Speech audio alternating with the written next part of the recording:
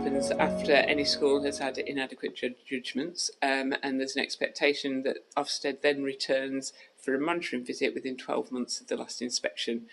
So ours happened in June, and that then there's a period of time, what they hope is 30 months after the previous inspection, which was last July, the school, as long as everything is seen to have made progress at the monitoring inspection, has the potential to be good by the time of the next full inspection.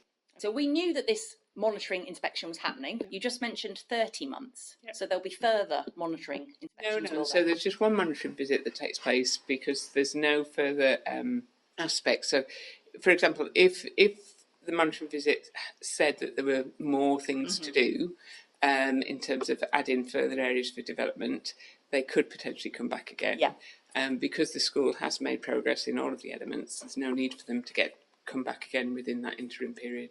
Yeah, so the monitoring inspection, as you said, does say that St Sampson's High School is making progress in the key areas around leadership, quality of education, and safeguarding. I think behaviour and attitudes. Yeah. So if we just go through, I mean, making progress can be quite a loose overview, can't it? Absolutely. And if you look in terms of how Ofsted report, there's only two things that they report. They either say you're making progress or you're not making progress. They're very broad terms in terms of what they are. But it was the making progress that we wanted to achieve. They don't at this point say whether it's good, excellent, or whatever that might be. So they don't grade it. They just state in terms of what they can see we're on the right track. And that's really what I would say, is that we're not yet there yet. But in terms of some of the things that we've put in place this year, we can build upon over the course of the next academic year to ensure that we make the gains that we need to. Okay, so in terms of the making progress then, what were your key aims going back a year when you sat down and you thought, right, well, we need to work on this? Safety has to be the first thing. You want children to feel safe in school, and children need to feel safe, staff need to feel secure in the environment that they're in. And there's no way on earth that any head teacher wants to lead a school where safeguarding is insecure. So that had to be the real aim. And for me, unless you've got disruptive-free classrooms, no matter what is tried to be taught within a classroom, the quality and the outcomes are affected if classrooms are disrupted. So that had to be the first port of call in terms of what we were doing. So behaviour and raising attendance, so more children came to school more regularly over time. And we've made real strides in that area.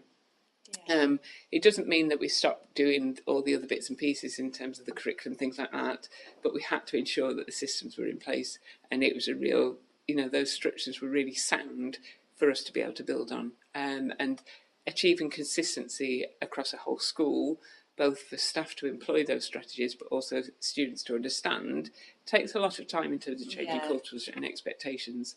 And that's something that we've really worked hard on. And children and staff and parents are noting those differences and can feel the changes.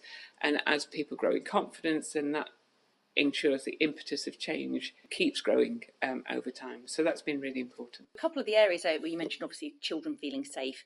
There were, a year ago, some quite serious concerns over bullying within the school. And there remain some concerns. Some children still say they don't feel safe in terms of bullying in the school, but it does seem like there's been... Yeah, I think the words that we used were uncomfortable, but some children feel uncomfortable in school, and you never want that for any young person. And that, again, is to try and build confidence with the school community in terms of what we have in place. Do you always eradicate bullying in every single school, in every single area, on every single day? I don't think you do, but you can make it as the best system possible for those young people. And it's also changing hearts and minds. So some children that have been through St Sampson's, for the last 5 years may have a very different experience to the younger children that are coming in and have known no different over the course of this year. So there's changing expectations. And without any doubt, you want to eradicate in terms of bullying, but different people have different experiences at different times. What I don't want you to walk away with is that we don't care about those young people. We absolutely do, and we're working really hard to try and ensure that they feel as comfortable as the next child that comes to school. But for some, it takes time to change those hearts and minds in terms of what that is, and it's also building trust that we are going to act on that quickly. And that comes under safeguarding, doesn't it? Yeah. And there was a key reference to safeguarding being kind of the priority. Obviously, there's prominent leaflets downstairs as people come into the school, so it is a priority. Absolutely. I'm presuming it always has been a priority. It's just now there's progress in that more area. secure is what I would say. So the systems and processes that we have in place are more secure. They're consistently followed, and all staff and students have an awareness of it. And I suppose it's that consistency of approach that we've really built upon over the course of the year. Educational outcomes, again, progress being made in those areas. That comes down to the staffing a lot of the time, doesn't it? Yeah. And there seems to be a lot of new staff. There has been over the last 3 years, and staffing has been quite difficult at times. Some of that has been impacted by COVID, some of it's been impacted by national concern in terms of certain subjects that are very difficult to staff. We've had a very fragile science department, for example, over the last 3 years. But what I'm really pleased to be able to say is that our recruitment has continued really right from September last year to now in terms of this last week. And we are in a position where we have secure permanent staffing for September. But that takes time to ensure that you get the right people, and you don't. And what we have had in the interim period is agency staff that are specialists in those areas, and we couldn't have done without them, without any doubt. But you want a permanence to ensure consistency for those young people in terms of moving forward, and that's a concern for parents. They notice a change in staff as well as children, and without any doubt, any head teacher wants permanence in that. We're in a far better place in September. Hope we can continue to retain those people as well. So fully staffed across the teaching vacancies from September. The senior leadership team, though, has that completely changed? That's completely changed, apart from me, and not lots in terms of decisions there was based on personal circumstances of those individuals. Some of it was to go on to new educational establishments in terms of, then some were retiring at those points. Okay. So, different circumstance. What I don't want it to be seen is that, that was awful then and this is now, and we're riding on our horses in terms of moving forwards. There's times and places in terms of when people make those decisions. It was just points in their career in terms of where they decided to go.